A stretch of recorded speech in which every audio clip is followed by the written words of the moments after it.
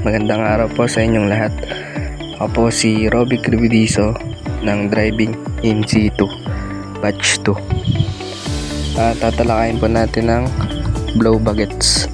So simulan po natin sa B, battery. Dapat corrosion ng baterya ng sasakyan. I-check kung aabot sa metal plates at electrolyte liquid nito. L naman po, lights.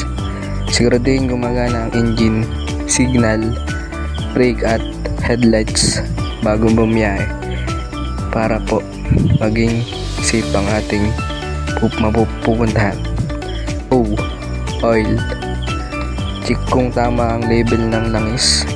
I-check din kung may tagas ang langis.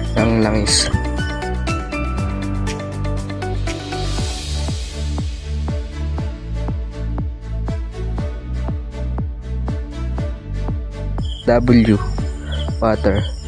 I-check kung paano ang tubig at walang tagas ang radiator.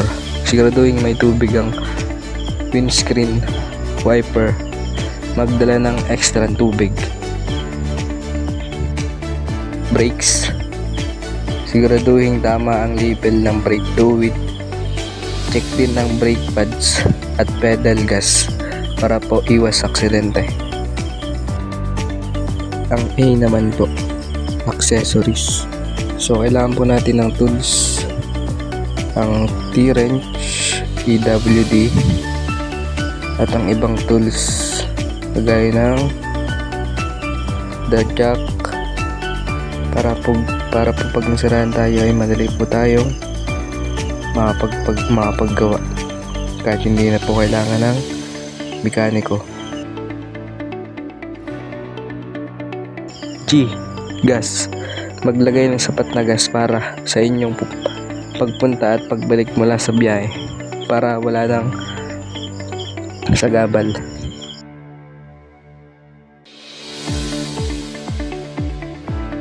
E, engine. I-check kung maayos ang turning ng inyong makina at nasa maayos ang kondisyon nito para safe po palagi.